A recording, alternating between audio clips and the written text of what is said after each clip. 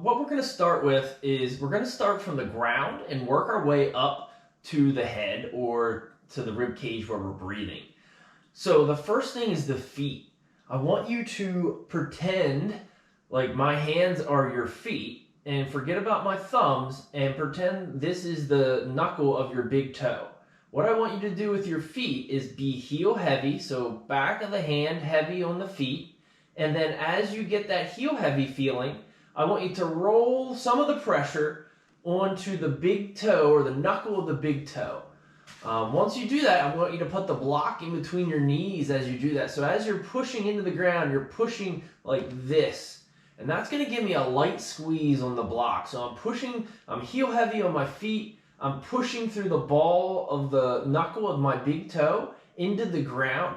As I do that, I'm rolling my pelvis under me. I'm not lifting it up. I'm not jacking my back up. I'm rolling my pelvis under me using the references of my heels and big toe on the ground. I have a light squeeze on the block. I'm rolling my pelvis under me. Right now I have tension in my hamstrings and glutes. So right in this area, I have some nice muscle activity rolling my pelvis under me.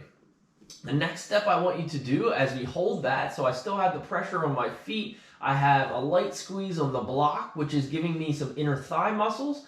I also have hamstrings and glutes. I have my tuck. Now I'm going to do my external rotation or ER reach. So that means palms towards the ceilings, and I'm reaching just literally straight towards my knees. But I want an active reach. I'm trying to reach the wall in front of me. I'm not just holding here. I'm actively reaching my hands towards the wall in front of me, which is going to pull my shoulder blades out and around from the behind the back and open up the upper back space. So as I do that, I now have a space where I can put some air as I start my breathing patterning. So I have all the muscle activity that we've talked about in the lower extremity. I have my hip tuck, and now I'm going to drive a exhalation. So I'm going to breathe in through my nose, and I'm going to breathe out of my mouth.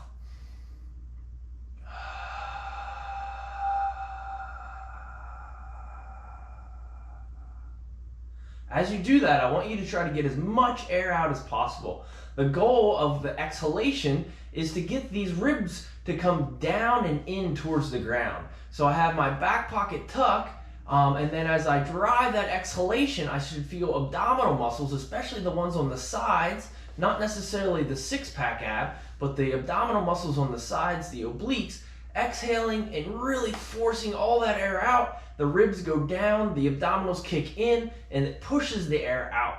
We're going to hold and pause that in that position for 2 to 3 seconds, and then we're going to take a nice light breath in, and we're going to breathe in through the nose. I don't want you to hear I don't want to hear you breathe in through your nose. It should be a silent breath in, and then after that, we will repeat that breath cycle, exhaling fully, pausing, inhaling through the nose silently for 3 to 5 breaths. Should look something like this.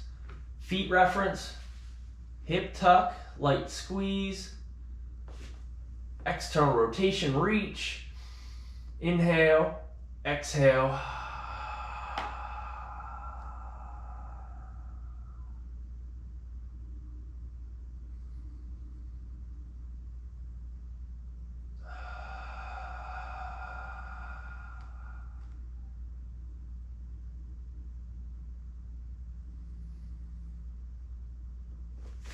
And there you have it. And again, we would finish that up with 3 to 5 breaths, 2 to 3 sets of 3 to 5 breaths, typically a couple times a day, depending on your mobility needs. If you have any questions, please reach out, drop me a DM, or shoot me an email at gortsystems@gmail.com.